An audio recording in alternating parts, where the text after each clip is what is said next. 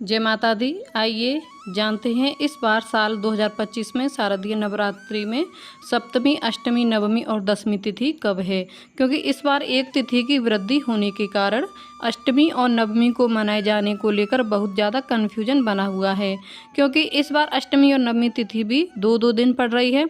शारदीय नवरात्रि की शुरुआत 22 सितंबर दिन सोमवार से हुई है और इस बार सप्तमी तिथि रहेगी हिंदू पंचांग के अनुसार और उदय तिथि के अनुसार 29 सितंबर सोमवार को। अष्टमी तिथि रहेगी 30 सितंबर मंगलवार को। नवमी तिथि रहेगी 1 अक्टूबर बुधवार को और दशमी तिथि रहेगी 2 अक्टूबर गुरुवार को, जिस दिन विजयदशमी का पर्व मनाया जाएगा। साथ ही कलश विसर्जन भी किया जाएगा। इस बार सप्तमी तिथि 28 सितंबर रविवार को दोपहर 2:28 से लग रही है, जिसका समापन होगा अगले दिन 29 सितंबर सोमवार को शाम 4:31 पर।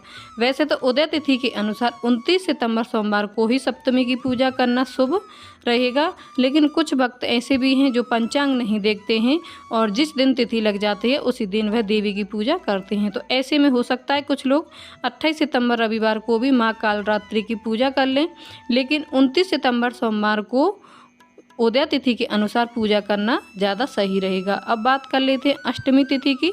तो अष्टमी तिथि इस बार 29 सितंबर सोमवार को शाम 4:32 से शुरू होगी, जिसका समापन 30 सितंबर मंगलवार को शाम 6:06 पर होगा और इस बार अष्टमी तिथि भी 2 दिन रहेगी। ऐसे में कुछ लोग जो है कमेंट करके यह भी जानना चाहते हैं कि क्या हम 29 सितंबर सोमवार को जब सप्तमी समाप्त हो रही है, अष्टमी लग रही है, तो क्या शाम के समय कन्या पूजन और हवन कर सकते हैं या हम उस दिन अष्टमी की पूजा कर सकते हैं। तो देखिए, हमारे हिंदू धर्म में जितने भी शुभ काम होते हैं वह उदय तिथि के अनुसार करना ज़्यादा सही माना जाता है।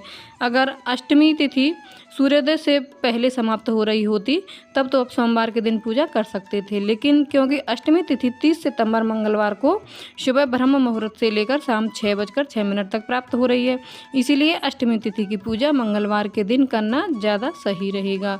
और उदय तिथि के अनुसार 30 सितंबर मंगलवार को ही अष्टमी तिथि मानी जाएगी। अब बात कर लेते हैं नवमी तिथि की। तो नवमी तिथि 30 सितंबर मंगलवार को शाम 6:07 से शुरू हो रही है, जिसका समापन 1 अक्टूबर बुधवार को शाम 7:01 पर होगा।